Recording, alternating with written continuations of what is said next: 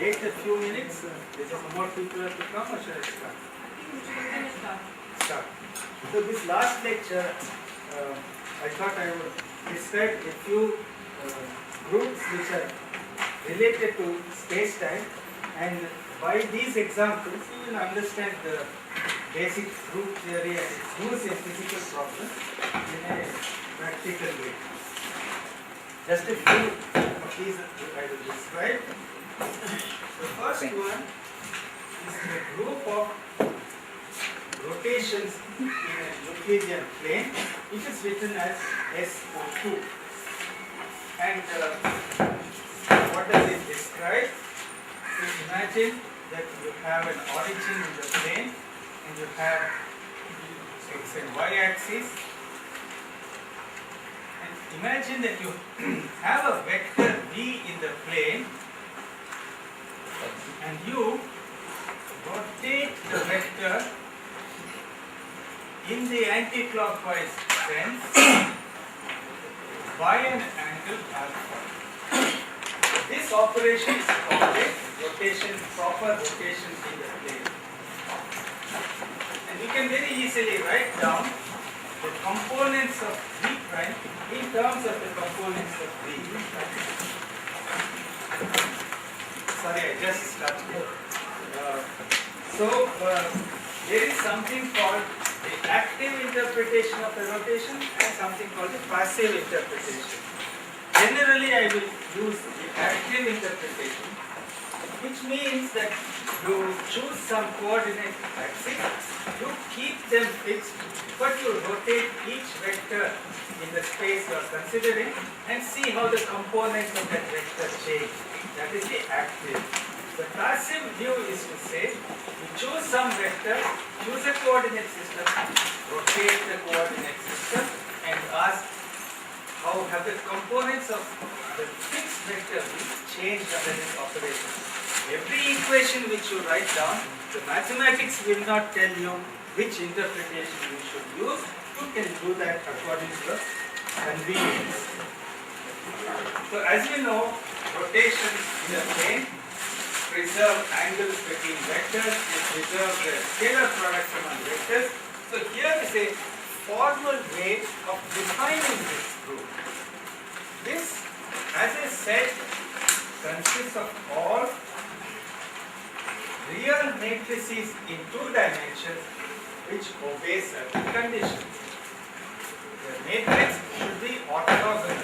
This is the meaning of the word orthogonal. A transpose times A should be the unit matrix, and we add a condition that the determinant should be +1. And I will leave it to you as an exercise. This is on page 34 of the notes. One can write such matrices quite explicitly. It's a very simple matter.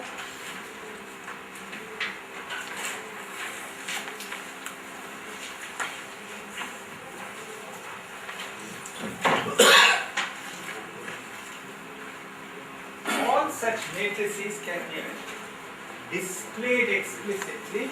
Every rotation in the plane is by some angle alpha by convention in the anti-clockwise direction. And here is the matrix which tells you how the components of V prime are related to the components of So you can imagine V is a column vector. Its x and y components, B prime is the other column vector, and the 2 by 2 matrix A shows you how you get B prime from V. It's not on.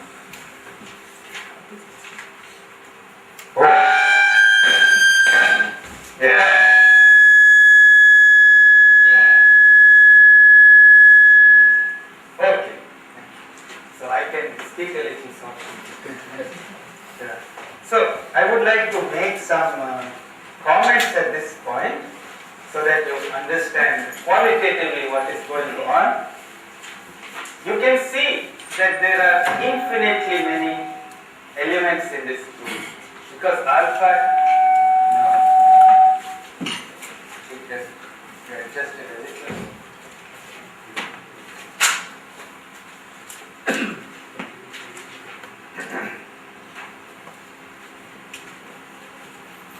So this is, you can see that there are infinitely many elements in this group because you can choose any value for this continuous parameter alpha in this range, and for each alpha you get one element. So we say that this is a one parameter or one dimensional continuous group. Alright? Unlike the group of permutations in which I discussed yesterday, you know, the permutation group on n objects has n factorial elements. That's a finite group, it has a discrete finite number of elements. This is very different from that.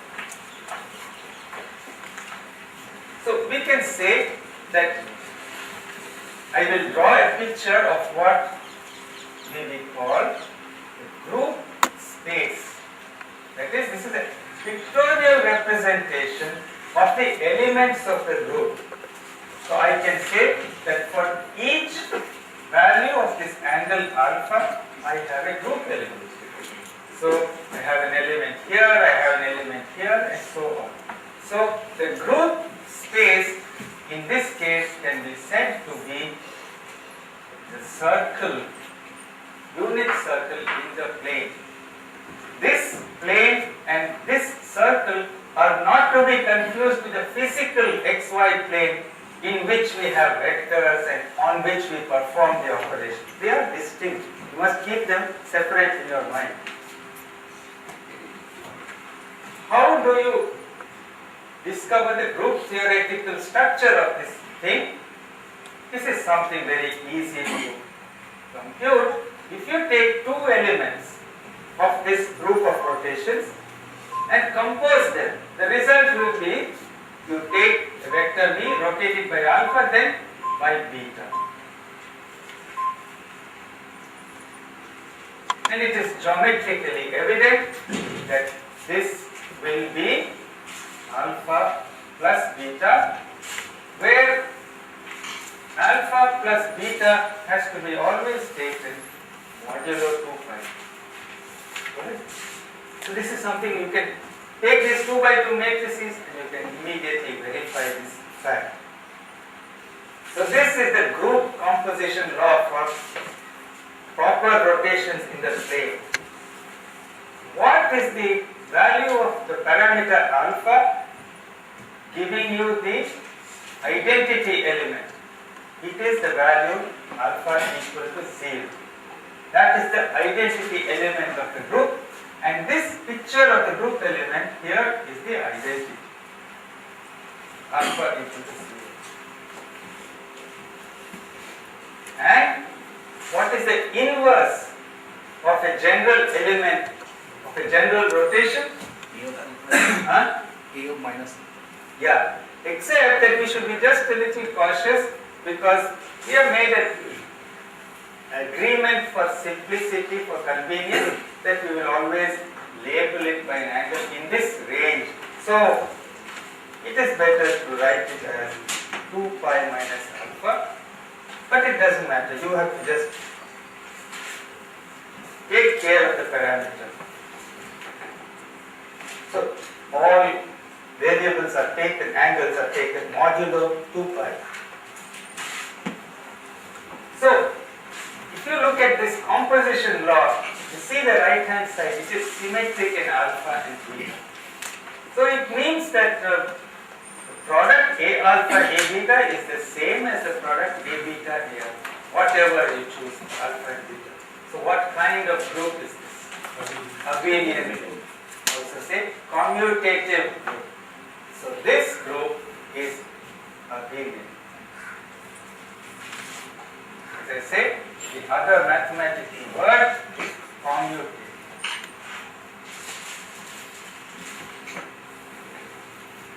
Now a very simple physical situation where this group is important is when you consider plane electromagnetic waves propagating with a fixed frequency and a fixed propagation direction, z-axis conventionally, then we know that, and this is what I was using in the talk about Berry's phase, Pancharatnam's work,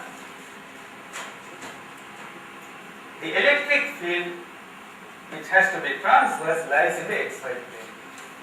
And when you imagine a spatial rotation about the axis of direction of propagation, the effect on the electric field is to rotate it in the xy plane, and it is exactly this kind of thing which happens. So the group SO2 is very important in the context of polarization optics. Many other things are also important, but I just wanted to show you one physical situation where this group comes in very naturally. Now, all this material on this group and related groups are in the notes pages 34 to 43. I am just going to sketch some of the ideas and not go into all the details. Now, the letter S in this name stands for special. It reflects the condition that we have said the determinant of this matrix, rotation matrix should be +1. We are not considering determinant equal to -1. So it is called a proper rotation group. But suppose you say you want to allow improper rotations also. That is called the full orthogonal group. All rotations plus reflections in the plane about a given origin. So this will be defined in the following way formally.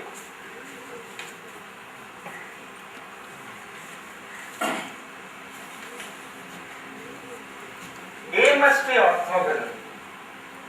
By the way, what does this condition express? It expresses the condition that the length of a vector does not change under a rotation. That is what this is. But as for the determinant, we allow both possibilities. We allow determinant of A equal to +1 as well as determinant of A equal to -1. So this is called the full orthogonal group. You can see then that the SO2 is a part of O2 corresponding to the choice determinant equal to +1. So naturally we say SO2 is a subgroup of O2.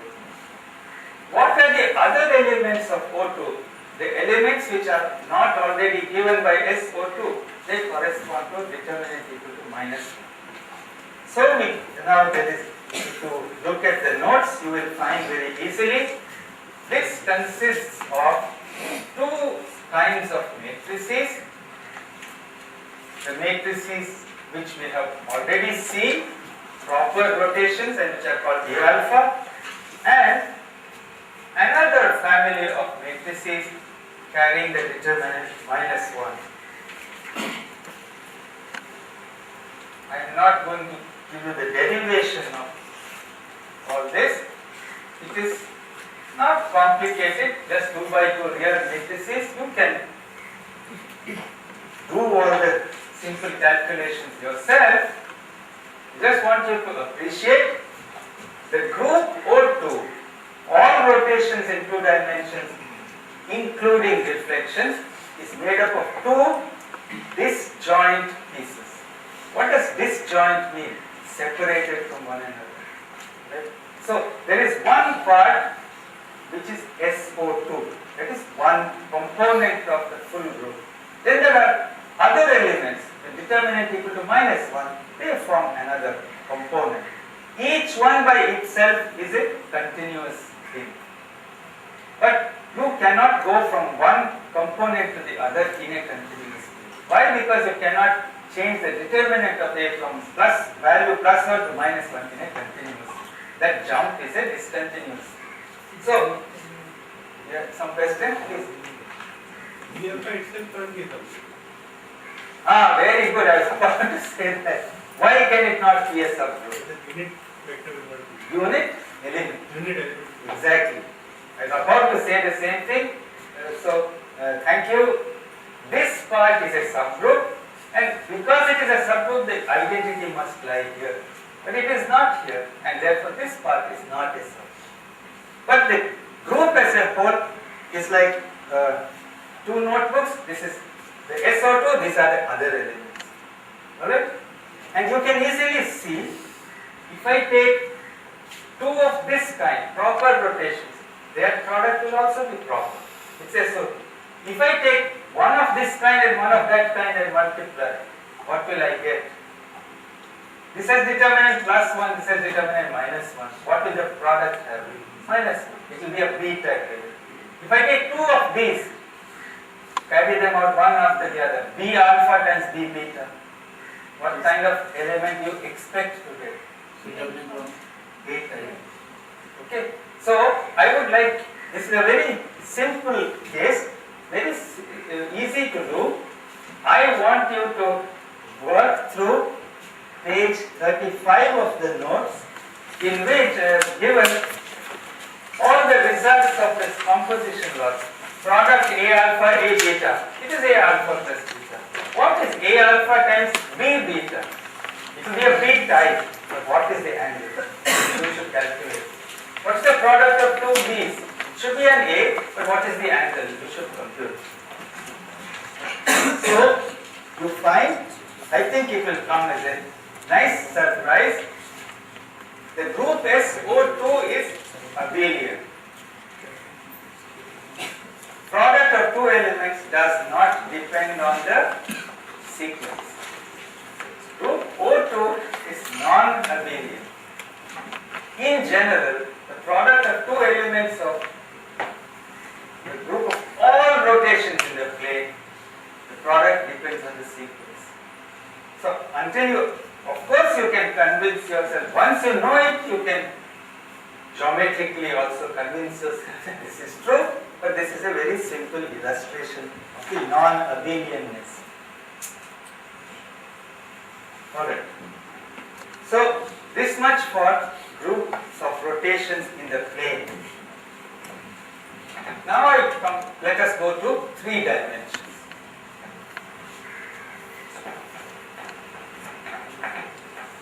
I'll come back later to the representations of these groups.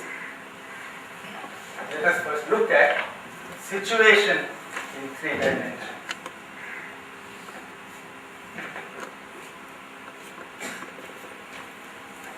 Here the picture is geometrically a little harder to visualize because you cannot draw things very faithfully, but let me just try.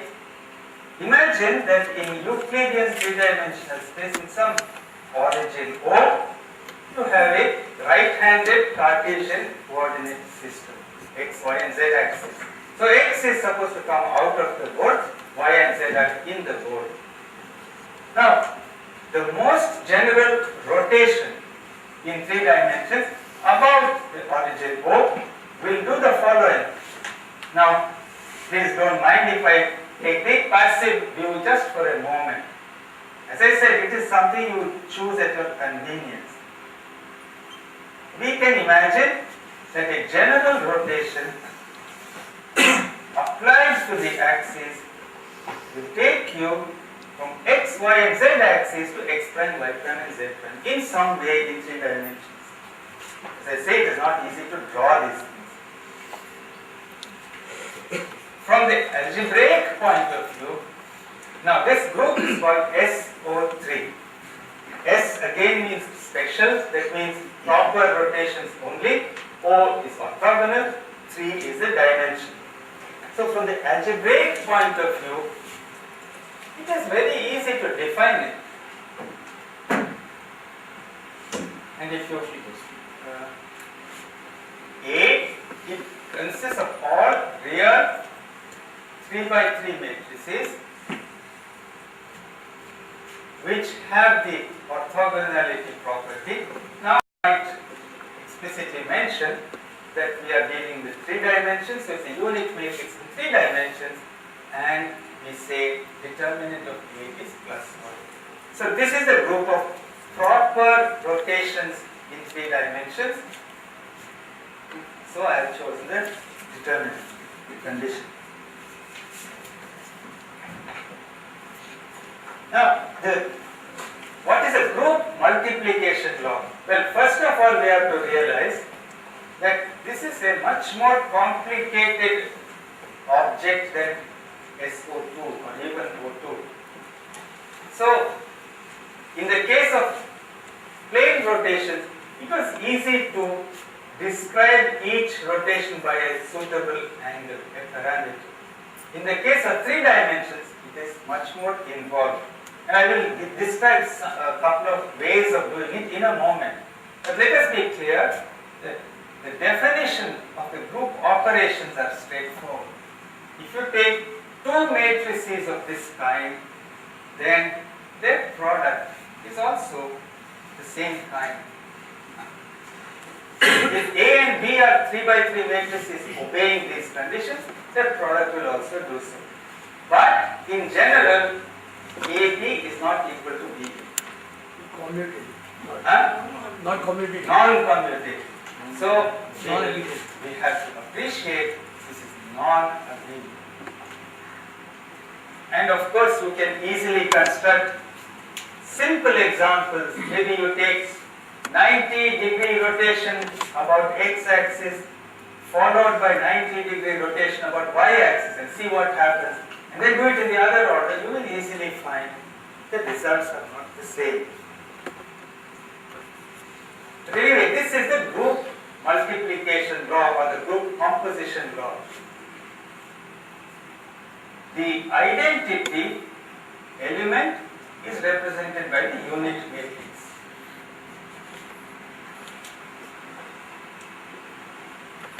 For A equal to unit, identity element is unit.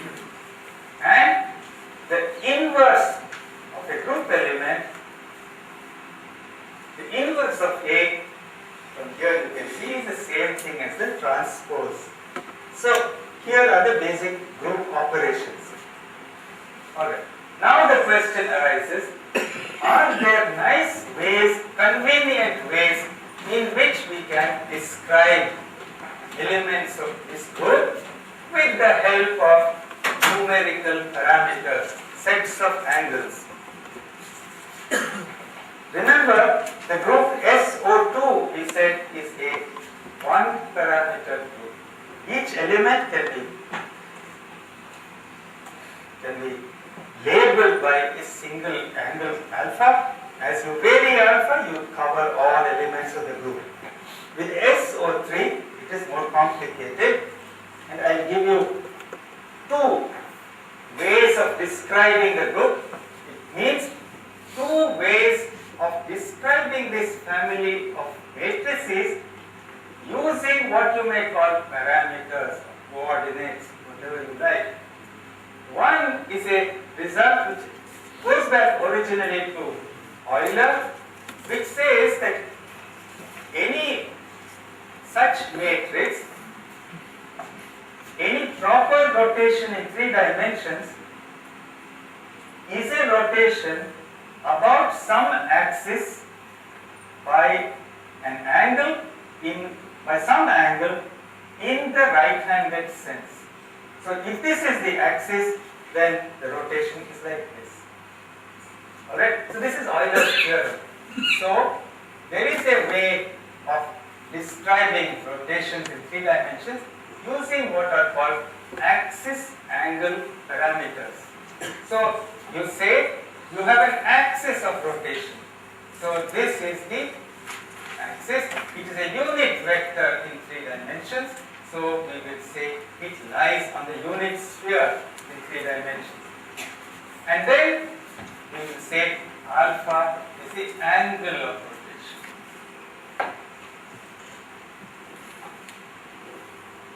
Then the statement is this requires some amount of geometry and algebra. any rotation matrix is of the form A of n alpha, determined by axis of rotation n and the amount of rotation alpha, where the matrix A of n alpha has these elements. These are very easy to compute it. I will leave this as an exercise. You have to draw simple pictures and you will get the result.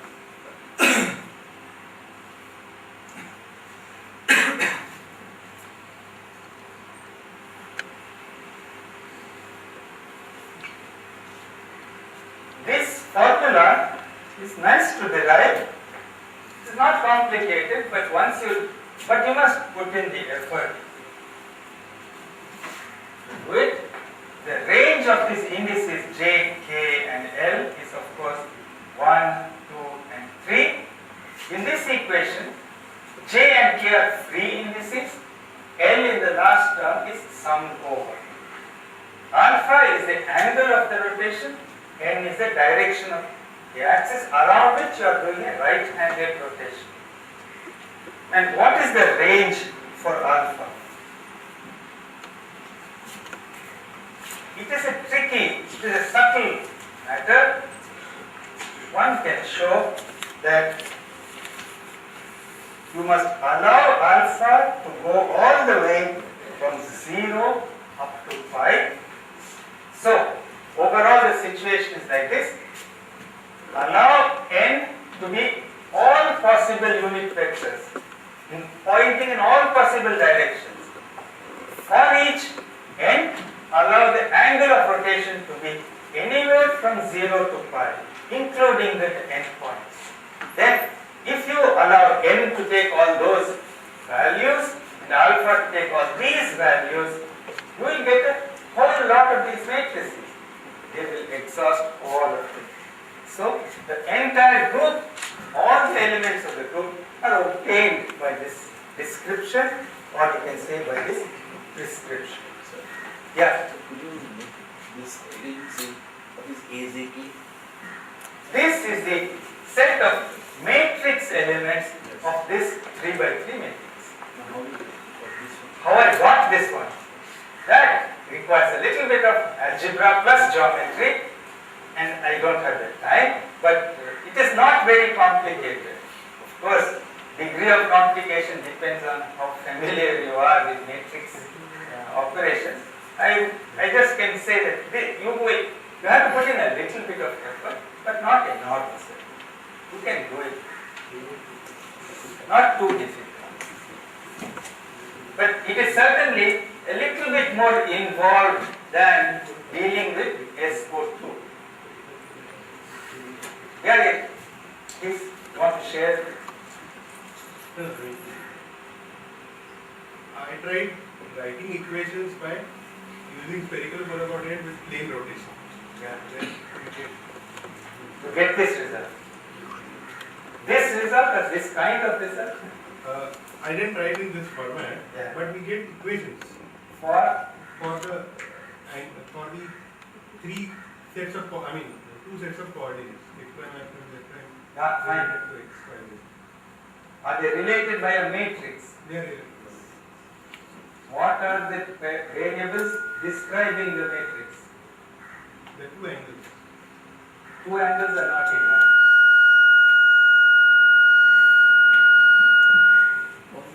Two angles are not enough. So if you have an expression involving only two angles, it will mean that you have not reached all of these matrices. You have reached only some of them. In fact, a small number of them. To get all of these, you just have to take my word for it. Please verify it. Yeah. In that case, the radial component was kept fixed. That's why 2 angles. No, the radial variable will never change under the rotation. It's the length of the rotation. It should never change. It will not change for you, it will not change for me either. But how many matrices are there of this kind, loosely speaking? Remember, in the case of SO2, we said it is a one parameter continuous group. What does it mean? There are infinitely many elements, but you are able to label them with one continuous parameter. This group is a continuous group. It is a three parameter group. I want you to, you also had three. Oh, very good, very good. Now you, The third angle was the angle between the planes. So oh, very good. Then you have captured all these matrices. Why is it a three parameter group? Here is one angle of rotation, this is one parameter. And how many parameters do you need to fix a point on the unit sphere? You need two angles, theta and phi as you often call them. So overall, two independent real parameters here and one here, total. So, Pullar, Yeah, can I connect this in one way? please. It is something which we discussed when we talked about rotation of a rigid body. Supposing I have an R vector. R vector, when it is operated by A, it is going to be rotated to some other vector, R prime. Now, R vector can be broken along n cap, which is the axis, Yeah. so that component will not change. Yeah, yeah. The perpendicular component to n cap will move by as if it's a two-dimensional rotation. Rotation. Once you write Yeah. any R vector along the n and perpendicular to it, and then do the transformation, this will immediately follow. Exactly. That's a way to derive this formula. So he has given you already the steps involved. You reduce the problem to a two-dimensional problem, namely SO2. But the axis n can be anywhere. So with respect to n, you must make it an SO2 problem, then you will get this result.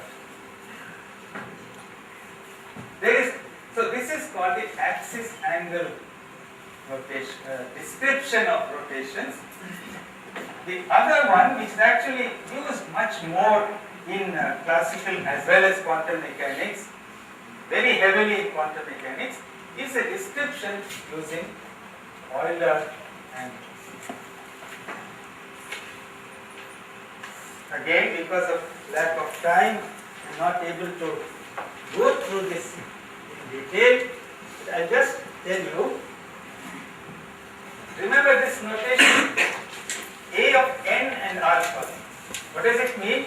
It's a right-handed rotation by amount alpha about the axis n. This is the meaning of this notation. Here is a matrix. The Euler angle description says, I presume this was first derived by Euler, any rotation, proper rotation in three dimensions can always be written as a product, which I am now writing down.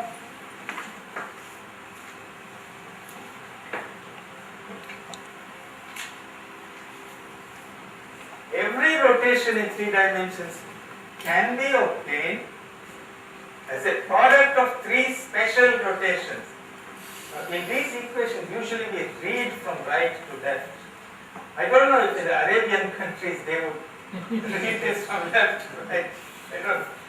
How are they taught quantum mechanics? I don't know. So, this is a rotation by angle phi about the z-axis. E3 is the z-axis. This is a rotation by angle psi about the y-axis. This is by theta again about the z-axis. It is a geometrical fact that every rotation can be obtained in this way as a product of three special rotations. This requires a little bit of argument to prove it. Is it to be A1? Beg your pardon? E1 theta? No. It is natural to think that we should have all the three possible axes, but it's not true. This is right. That may also be true, but this is very convenient. And in this formula, it is E3, E2, E3. And the ranges for these variables are as follows, these angles are as follows.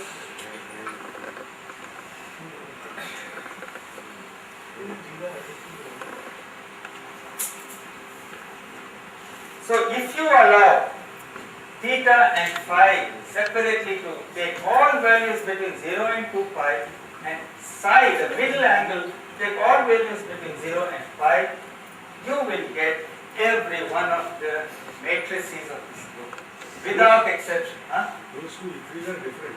Beg your pardon? No, the E3 here and the E3 there, they are different. Yeah. This one and this one. No. No. I am using this notation in conjunction with this.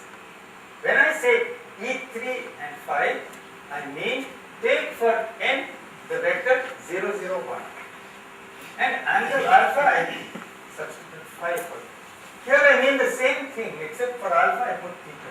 This is the same E3 as that. So this matrix will be of the same form as this matrix, except that instead of phi I will have theta. And this, please take it from me, I am an honest man. Who was it? Mark Antony said about Brutus, I am an honest person. I am telling you the truth. Is it this that suppose you rotate a body about z axis, now you are rotating it about y axis, After that, yeah, and then you again rotate about z axis, the no? old z axis. Whole z axis. Yeah. For the definition of Euler angles, these are the original old axes. Every one of them is from the original set. It is true that you can rewrite it in another form where the phi factor comes first, the psi next, and the theta on the end. If you rewrite it in that way, then I don't want to go into that. The first factor will be around E3, second factor will be about a rotated E2, third will be about a doubly rotated E3. I don't want to confuse you. That is also true, but this is a direct definition of the Euler angle description of rotations, and I am using here this matrix. Special cases of this appear in object cases. There is one thing we have to appreciate, that every element of rotations in 3 dimensions is obtained by this procedure. But sometimes it will happen that you may get some of the elements of the group more than once. What does it mean? If I give you a rotation in 3 dimensions, you may ask, what are the Euler angles for that rotation? What are the values of theta, psi and phi for a given rotation? Most of the time, the values of the angles will be unique. But there are a few elements for which the angles are non-unique. So this means that there is a little bit of awkwardness in describing rotations with the help of Euler angles. You have to be aware of it. But as long as you know what is going on, you will not run into any trouble. Okay, can you just explain what do you mean by not getting unique?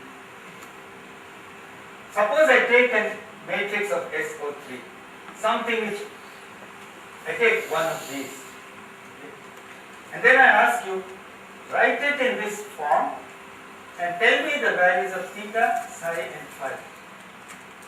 You may, most of the time, you will get unique values for all 3 angles. But there are a few choices of capital A where these angles, more than one set of values is possible.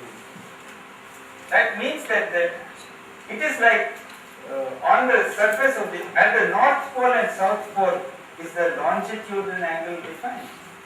It's multi-dimensional. Okay?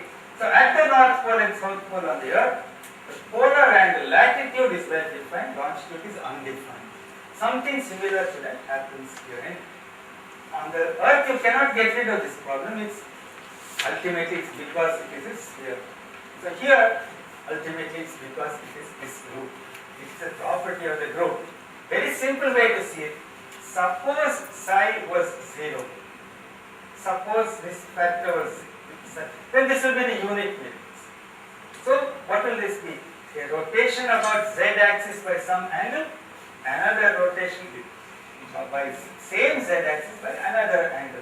So what is this A? it is A of E3 comma theta plus phi.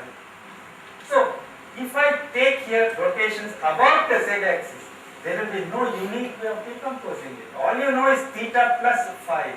How much of you put here, how much you put there, doesn't matter. So there is a lack of uniqueness. But it happens only for a few elements.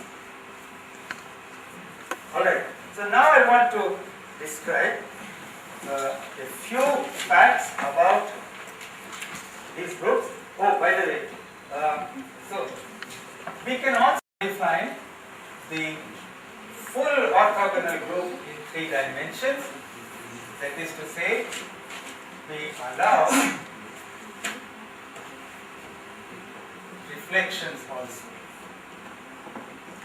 Just one question, like in Yeah. SO2 you said that the parameter space is a circle. Yeah. Similarly, here is there some synchrony involved? Well, yeah, it is, I think, described in my notes. If you look at the Euler angle descriptions, it looks like what is called a rectangular parallelepiped or something. It's like a box in 3 dimensions. One edge is length 2 pi, another edge is length and breadth are 2 pi, and height is pi. You think of it as a box, but you have to live with the fact that every element on the surface and in the interior of the box may not correspond to a distinct group element. There are rules of identification. So, this is one way of trying to picture it, but I must tell you, you can be misled by such a picture. This also gives you a way of describing the group space. This can be pictured in this way. If the group space, using a precious resource, namely time, you can take a solid sphere of radius pi, and you can say that the group, the space of the group is the interior and the surface of a solid sphere of radius pi. Right? I will take n to correspond to all possible directions in the sphere, and pi tells you the range of alpha from origin up to pi. But even this is deceptive. See, the identity element sits at the origin, alpha equal to 0. Any point in strictly within the unit sphere is a well-defined group element. But as you approach the surface, this element of the group, n and alpha equal to pi, turns out to be the same as the opposite n, same alpha equal to pi. This is a problem.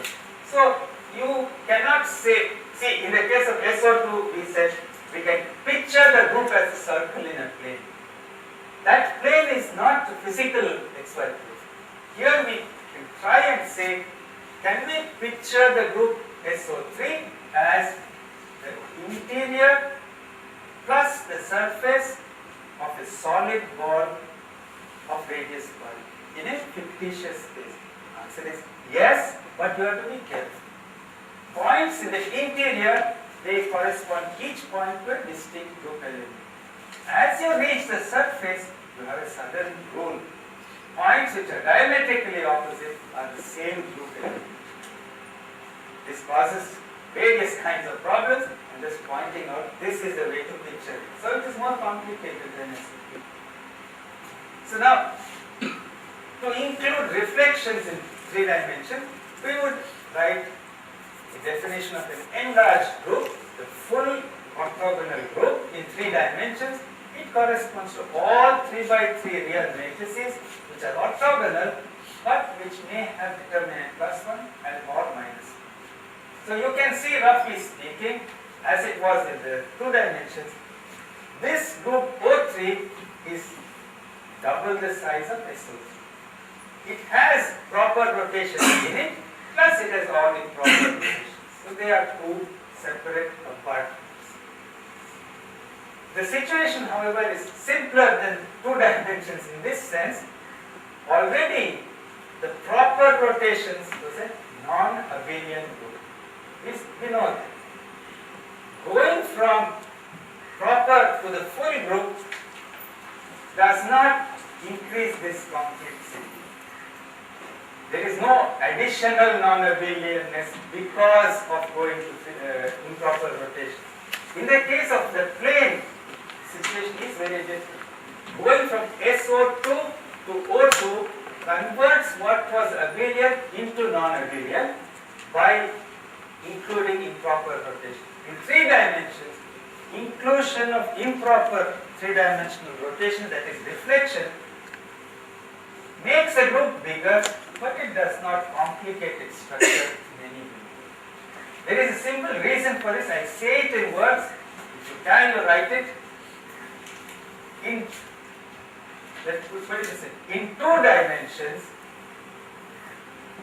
2 dimensions, reflection operations do not commute with proper rotations.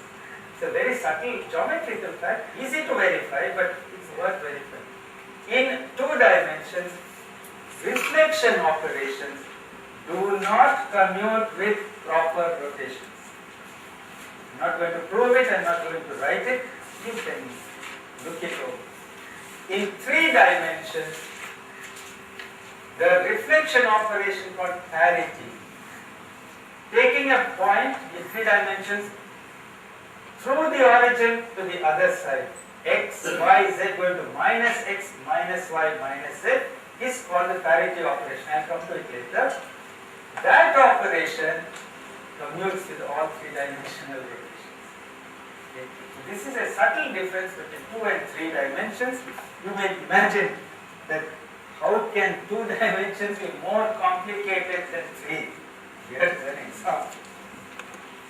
There are other physical situations also where 2-dimensional physics is more complicated than 3-dimensional physics, because Mani knows in connection with what is called the statistics of identical particles.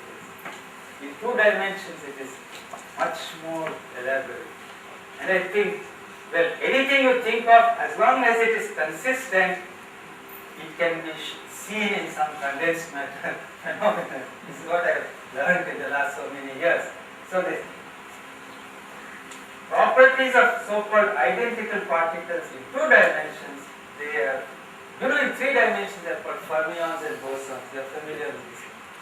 In 2 dimensions there are other kinds, and they show you the complexities of 2 dimensions. And they, I think, have been found in some condensed matter systems.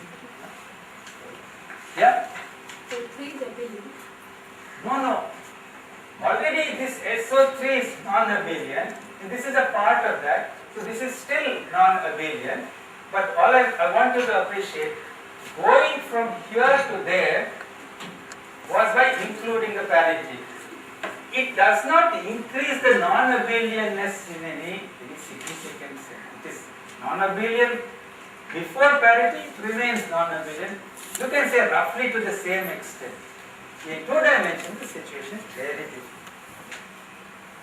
Okay, so now I want to tell you something about the irreducible representations of these groups.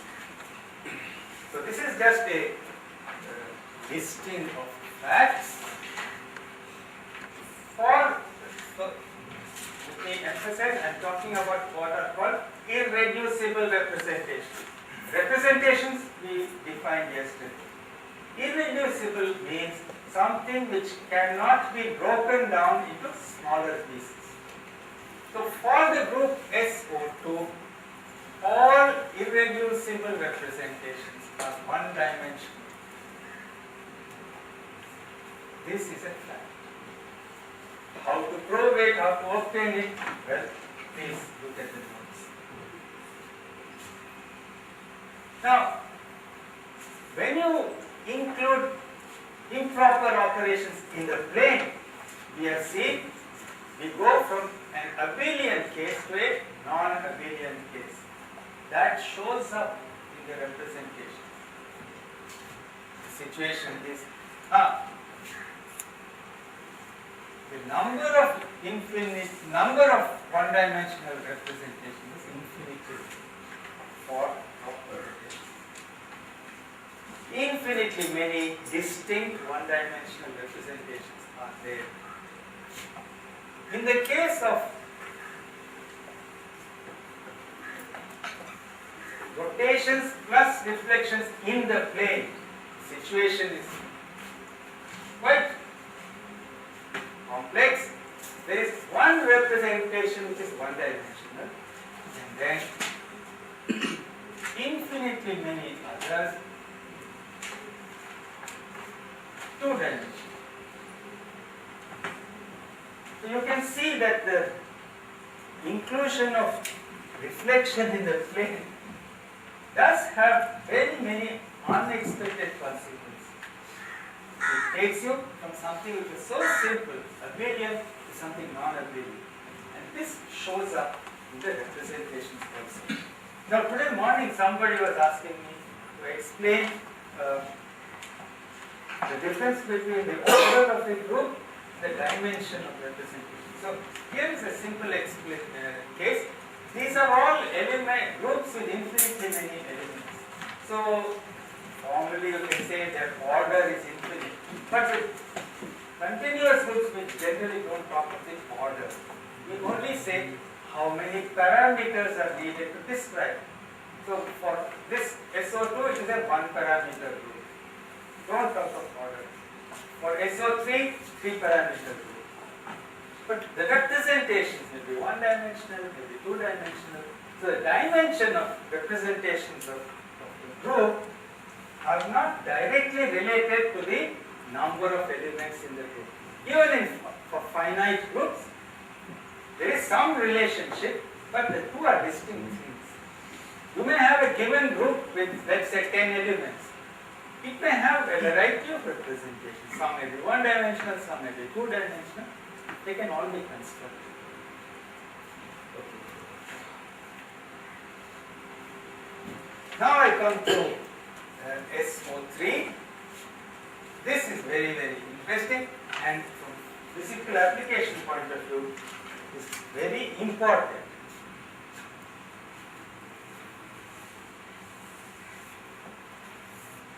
There is one representation in every odd dimension. What it means is that there is an irreducible representation of rotations in 3 dimensions in one-dimensional space. That is just a trivial representation. I don't spend time on it. Then there is a representation in 3 dimensions. Next 5, next 7, and so on. So in every odd dimension, there is a representation of the rotation goal. It turns out that these are all, you can construct these representations in real vector spaces. There is no need to go to complex vector spaces for this. So these are all irreducible representations of rotations. They correspond to distinct representations of the group. And all I want you to know is, in every odd dimension there is one irreducible representation. Let me give you just a few examples of this so that things become familiar. The 3-dimensional representation of 3-dimensional rotation is nothing but what we call the definition of this. It's by 3 by 3 matrix. So it is also called the defining representation of this. We use one of its representations to define the group. What are the physical quantities which belong to this representation? It's very easy. The position of a point particle moving in 3 dimensions is a vector. When you make a change of coordinates by a rigid rotation, the components of the position vector change according to that matrix. So we can say under the rotation, now I am now using the active interpretation, position vector x under the rotation of the position of the particle moves to some other place, which is x prime. The Cartesian components of x prime are given in terms of the components of x by applying this corresponding 3 by 3 matrix. So, particle position is an example of a physical quantity belonging to the three-dimensional representation of the rotation coefficient. Particle momentum is another example. Now let me ask you, what other things can you think of which behave like a vector under three-dimensional rotation? Position and momentum I have given you. What other familiar variable for a particle has this behavior? Angular momentum. It is a vector product of x. That is also a three-dimensional vector. The electric field at a point, the magnetic field at a point, these are also three-dimensional vectors. Except now, unlike particle properties, these are fields. So under the rotation, not only will the components of an electric field get mixed with one another by the matrix, the variable inside should also be changed. Because what is this symbol? It is the vector of the electric field at a point in space with position x. When you make a rotation, not only will the x, y and z components of E get mixed into one another, the coordinates of points in space also change. So you must take account of both. So we would say these are also belonging to the three-dimensional representation of rotations, but they are field type quantities, not things localized at one particle wherever it may be. Here is a very simple quantity, physically important, which belongs to five-dimensional representation. Suppose you have in electrostatics some given distribution of electric charges from density of electric charges. Usually in electrodynamics it is written as rho of x. Given any electric charge distribution, there are things called the multiple moments. If you integrate this over all space, you will get a total charge. If you multiply this by the position vector and integrate over all space, what is this result? It's a dipole moment of the electric charge. The dipole moment of any charge distribution belongs to the three-dimensional representation. Next thing is something called the quadrupole moment. Quadrupole moment. That is a property of any electrostatic charge distribution which belongs to the five-dimensional representation of the rotation group, and so on, so on, so on. Okay, so there are, after quadrupole, what is the next one? Octupole. So there was a very humorous, very fine Israeli particle physicist by name Harry Wedgwood. He used to, He still writes papers. he is in his 90s, I think. He was writing papers when we were in graduate school.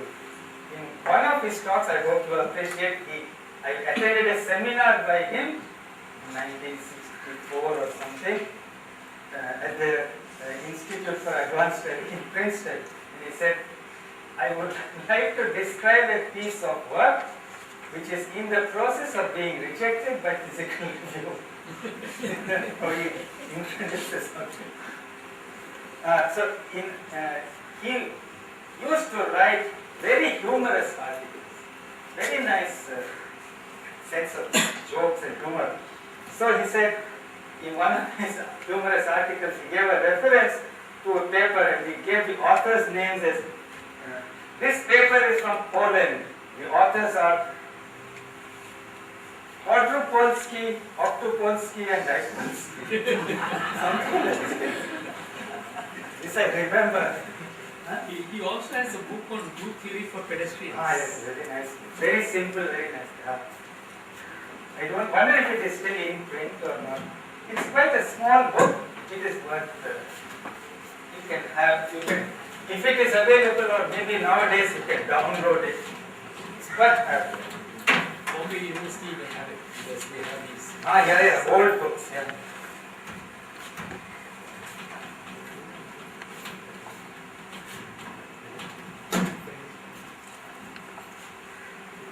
All right. Now I just want to continue about this rotation group to say the following, that I think yesterday I said that group theory is very important in classical physics, certainly very useful in special relativity, electromagnetic theory and so on, but it is even more useful and important in the framework of quantum mechanics. So, it turns out when you look at atomic systems, nuclear systems and so on, states with definite angular momentum correspond to definite representations of the rotation. If you have an atomic state with zero angular momentum or a nuclear state with zero angular momentum, total angular momentum, they correspond to the one-dimensional representation of this. A state, in quantum theory, angular momentum is not a continuous variable. It can only take quantized values. So, states with angular momentum 1, you know what they are called for single particle? When you say this correspondence, does it mean that if I were to do a rotation in space, Yeah. then angular momentum to see how it transforms, I have to use a 5 by 5? Exactly. If you have a state with total angular momentum 2, it means in quantum mechanics there are 5 independent states corresponding to various magnetic quantum numbers. When you make a 3-dimensional rotation in space, the value of total angular momentum cannot change, but these 5 states will get mixed with one another by a 5 by 5 matrix. The matrix or the representation of the group in that dimension, and so on so forth. And equally important, if you have an atom in a certain angular momentum state, and let us say it emits a photon and goes down to another state, or it absorbs a photon and goes to upper state, the change in representation or the change in the angular momentum, there are restrictions. They are called selection rules. So, depending on the nature of the interaction, namely for example electromagnetic interactions, there are definite rules which tell you if initially you are in certain representation of SO3, what can the final representation be? It cannot change as you wish. There are conditions, they are called selection rules. So in all this, the representation, the group theory is very, very important. The one other thing I want to tell you, that so the description of angular momentum in quantum mechanics is a very, very beautiful part of what used to be called advanced quantum mechanics. I don't know what it is called now. In what kind of course is it done these days? Is it the first course in quantum mechanics or the second course? I don't know. MSc students, at what level of your study of quantum mechanics do you do quantum theory of angular momentum? Second course.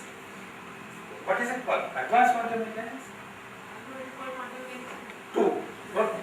So, I just want to tell you that part of quantum mechanics is very, very beautiful. The mathematical structure is very appealing.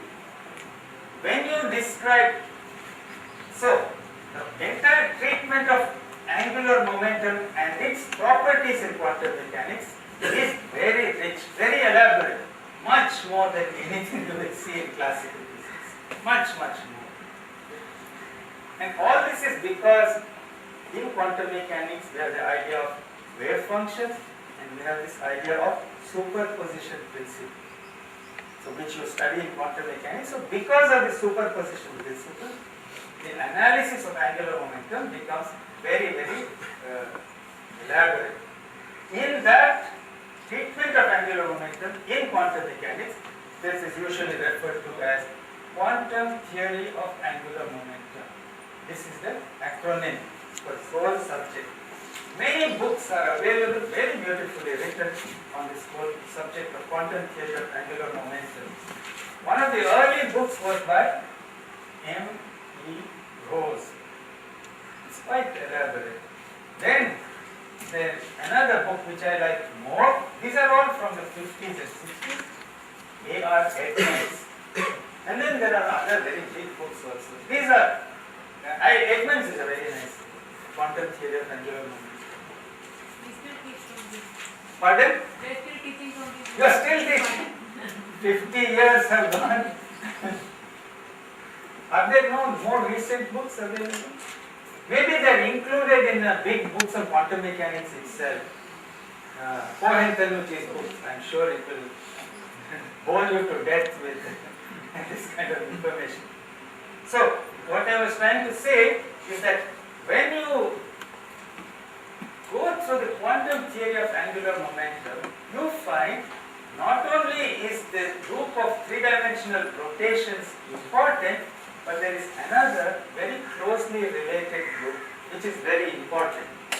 I have not given you the definition of this group, but it is called the group SU2. This is the group of, what is SU2?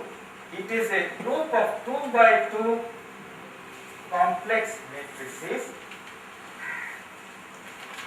with the property that U is unitary. This is the definition of the group SU2. And it turns out that the complete description of the quantum theory of angular momentum has to be based on this group, not exclusively on three-dimensional rotations.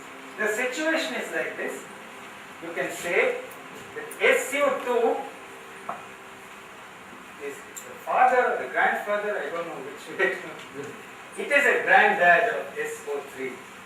It is said to be, well, it is roughly twice as big as SO3. And the relationship between the two is something I have defined yesterday. I call it a homomorphism. It is possible to show for each element of SU2, there is a corresponding element of SO3. And multiplication of group elements here goes over to multiplication here.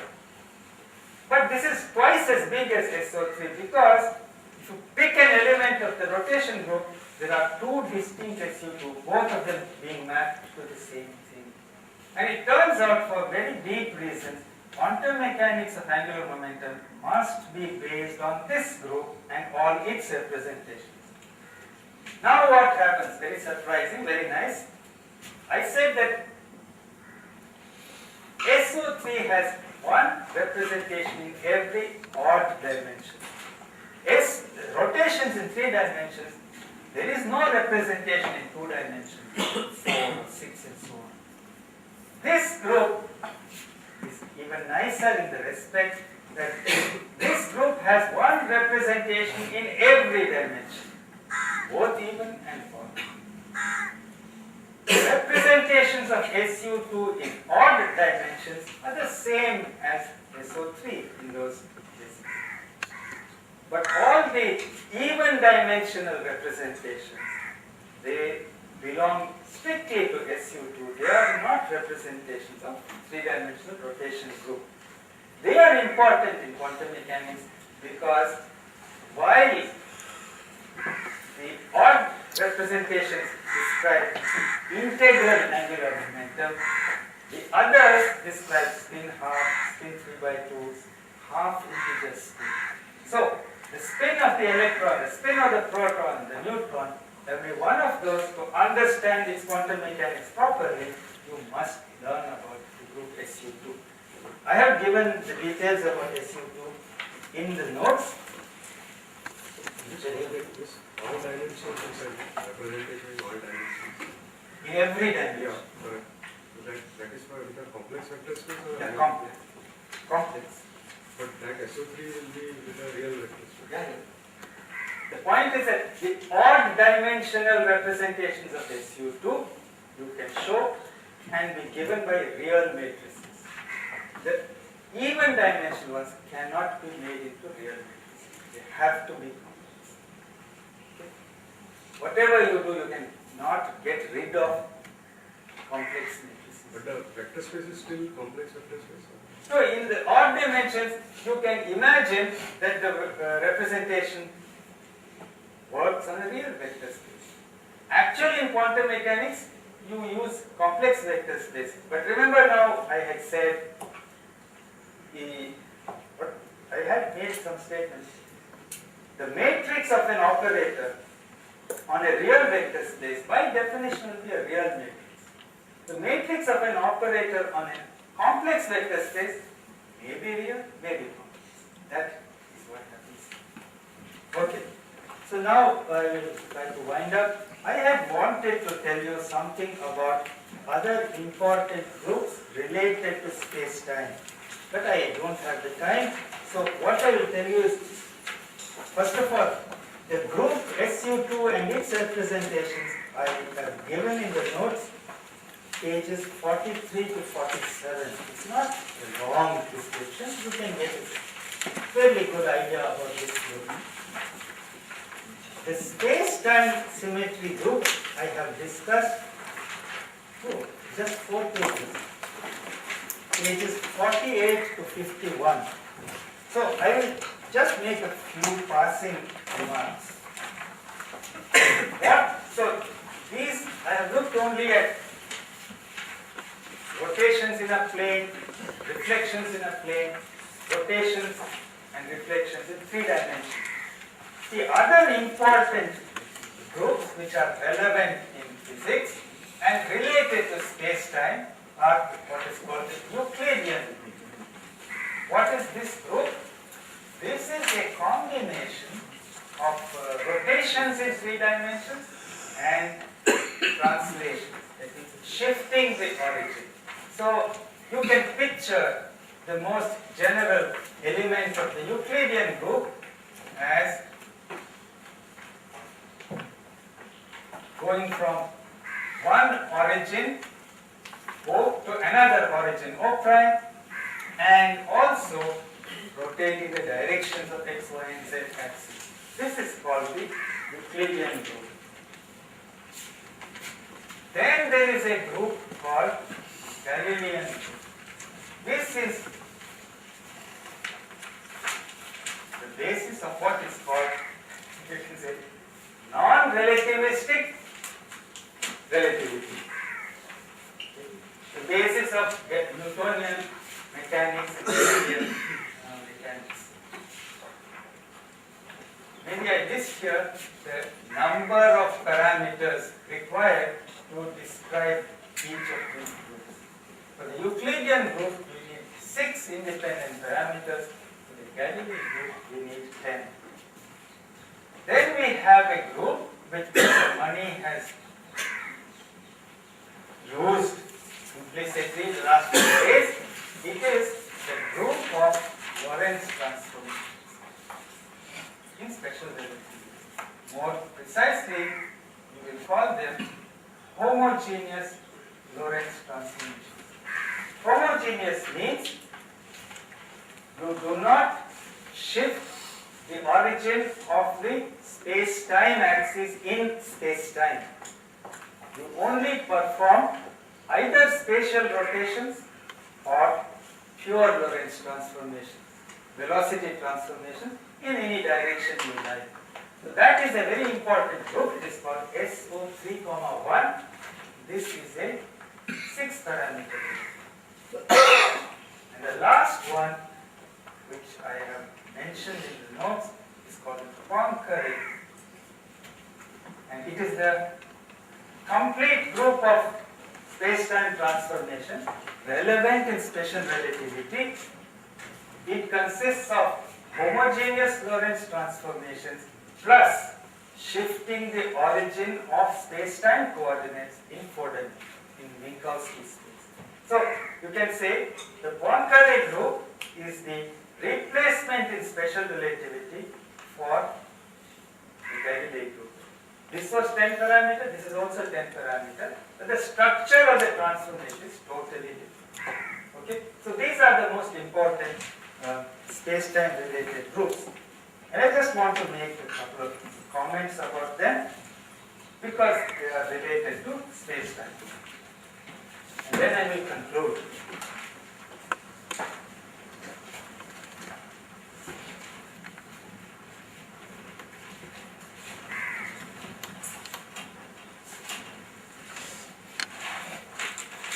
Again, I go back to Professor Mani's lectures.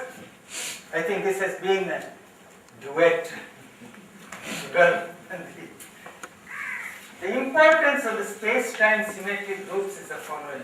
He has introduced the idea of Lagrangian mechanics, Lagrange's equations of motion. As you go further and further in the study of physics, classical and then quantum, it turns out that every interesting physical system is ultimately defined by a Lagrangian. A Lagrangian implicitly tells you what are the basic coordinates, what are the basic velocities, what are the degrees of freedom of the system. And then once you know the Lagrangian as a function of coordinates, generalized coordinates and velocities, you know how to get the equations of motion. Now, if a physical system has symmetry under the transformations of Newtonian mechanics, we say its symmetry group is the Galilei group. That is non-relativistic mechanics. For example, any system of any finite number of particles with no external forces but only two particle forces derivable from a potential. That is what a Lagrangian would give.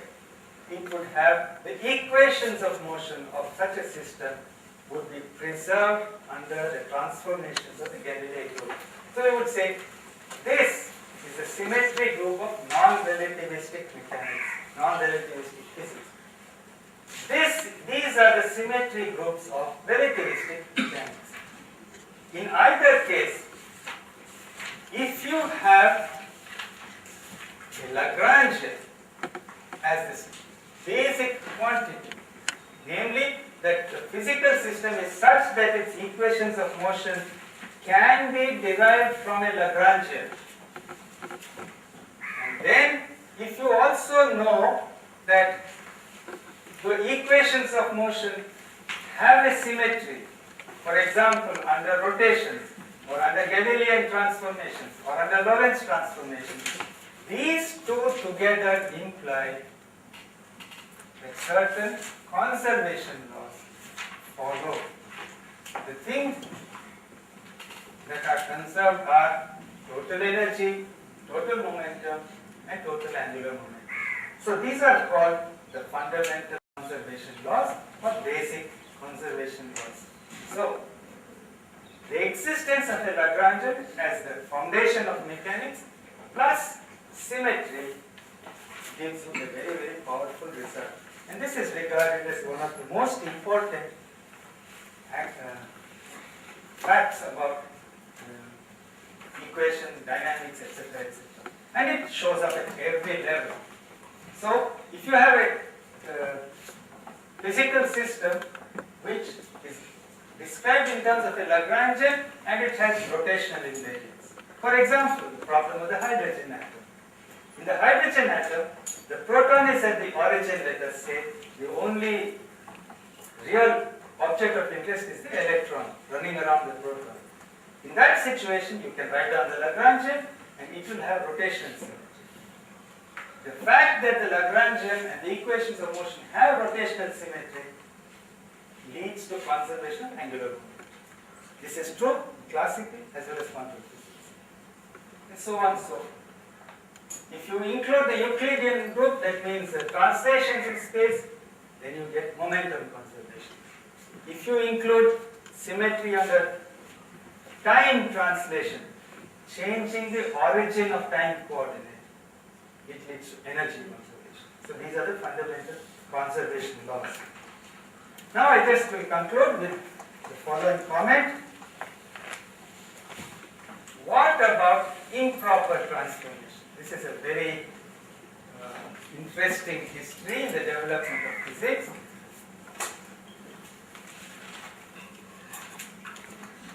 I'm imagining and looking here at the parity operation.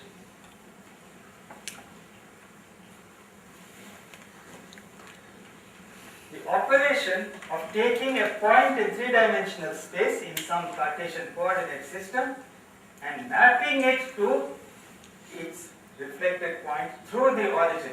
This is not reflection through a plane, it is through the origin. It is convenient to look at it this way. Now, it is known for a long time that Maxwell's equations of electromagnetism are preserved under parity. Do you know who discovered this or who pointed it out? It was Boltzmann. I don't know exactly which year, maybe in the early part of the 20th century. It was Boltzmann who showed that Maxwell's equations are invariant under parity transformation. Now, after quantum mechanics came, everybody assumed that parity is a symmetry in quantum mechanics also, and in particular in all electromagnetic processes. Now there is something very special about parity in quantum mechanics, which is very different from classical mechanics.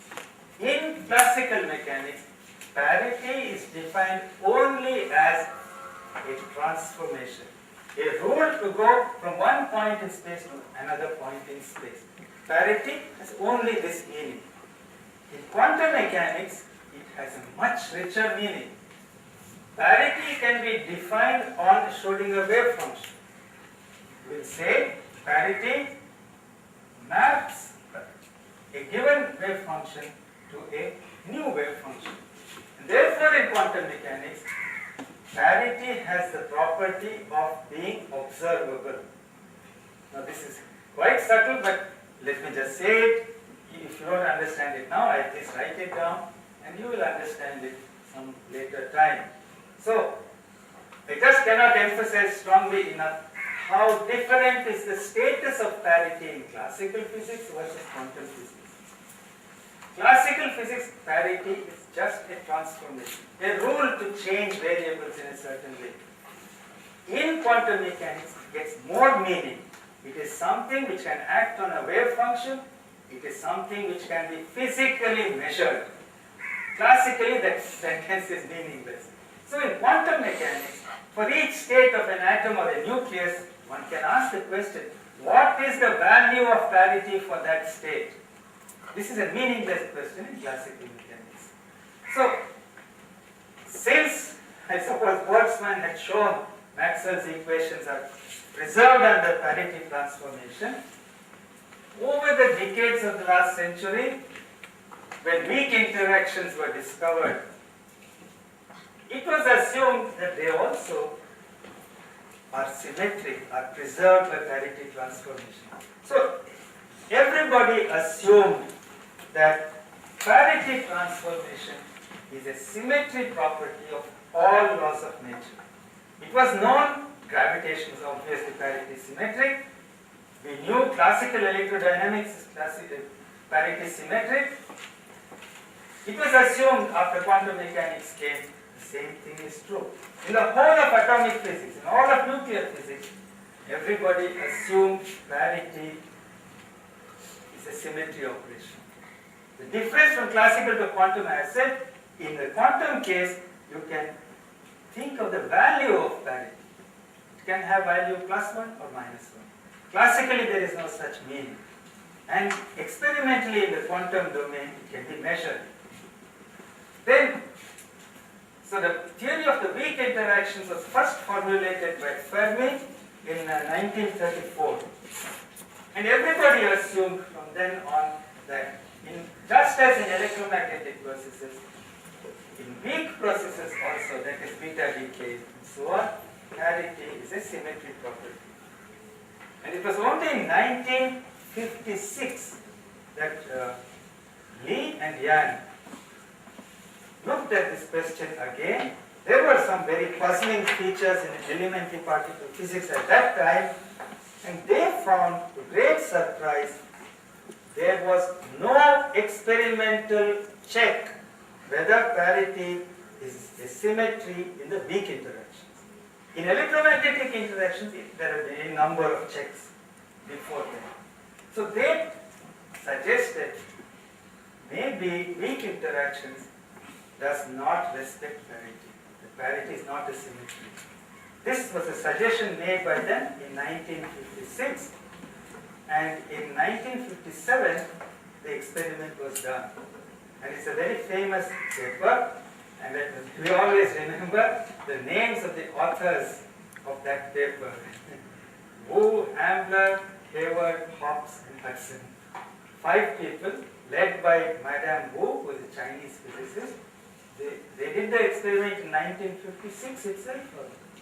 In fact, you know better than me. apparently there's an article in, I think Bernstein had written this. Yeah. On a Friday afternoon, Yeah. Lee and Yang told Madame Wu, and by Monday morning she had the results. Yeah, that is right. So that was an era in physics when such a fundamental idea could be tested, relatively speaking, so easily. Seen in particle physics has changed enormously, as you can see. So in 1956, late 56, the experiment showed that what they suspected was correct.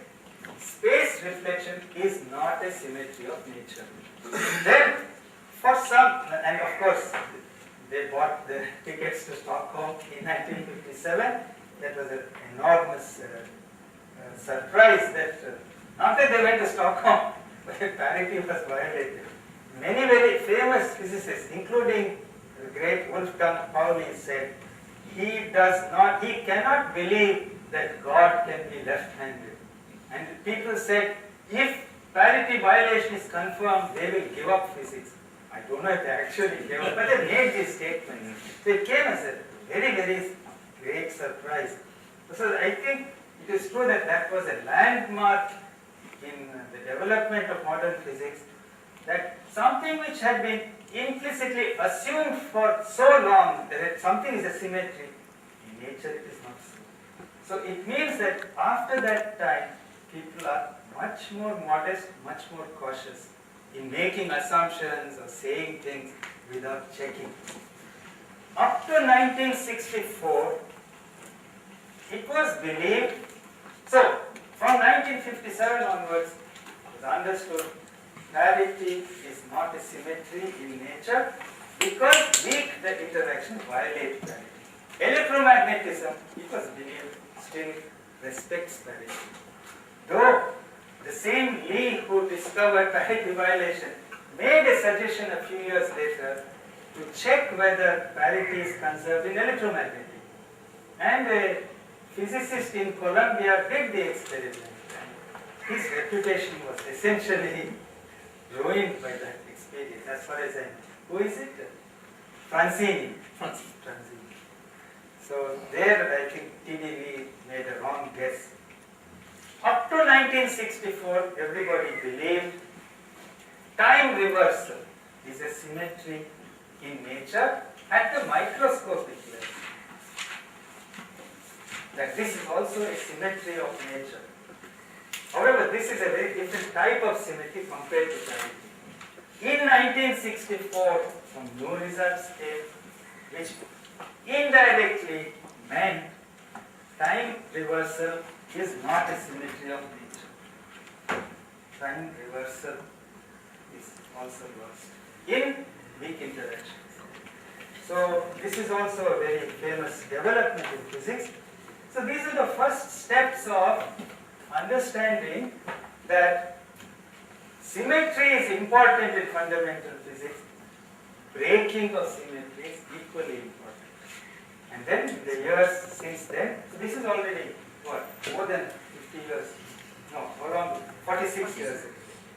So since then, physics has developed a great deal, but I think the entire idea of symmetry, its consequences, and also its breakdown are very important in fundamental physics. And then there is a charge conjugate is there. Yeah. Then CPT. There's a Yeah. symmetry. So I had that in mind here. We were all taught that combined operation, product of charge conjugation, time reversal and parity is a symmetry of nature. But this summer 2010, there were some reports of experiments, Fermilab or somewhere, casting doubt on this. I don't know the status now. Do you know the status? No, that has not yet been confirmed in any. Not confirmed. Not yet. Nowhere near.